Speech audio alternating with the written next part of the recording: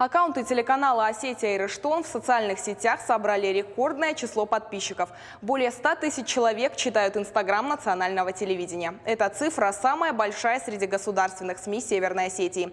Инстаграм филиала ВГТРК «Алания» насчитывает почти 21 тысячу подписчиков. Активно развиваются страницы газет «Слово», а это более 50 тысяч, и «Северная Осетия» более 2000 подписчиков. Также число фолловеров YouTube-канала «Осетия» и «Ирештон» составляет более 21 тысячи, что в 2 раза превышает аудиторию ГТРК «Алания» и популярного новостного ресурса «Осетия Ньюс». Помимо новостей, зрителям и подписчикам национального телевидения нравится тревел-шоу «Вокзал для двоих», ток-шоу на осетинском языке «Шашир» и новый проект об истории Владикавказа «Улица».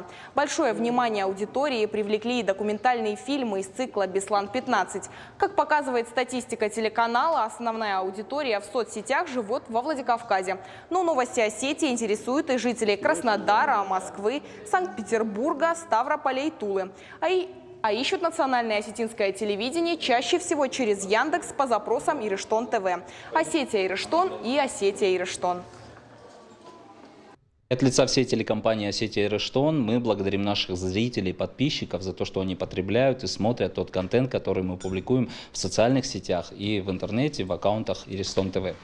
И в связи с этим скоро совсем объявим конкурс с хорошими призами фирменными от мастеров и ремесленников республики. Поэтому подписывайтесь на наши аккаунты, и вы станете обладателями ценных призов.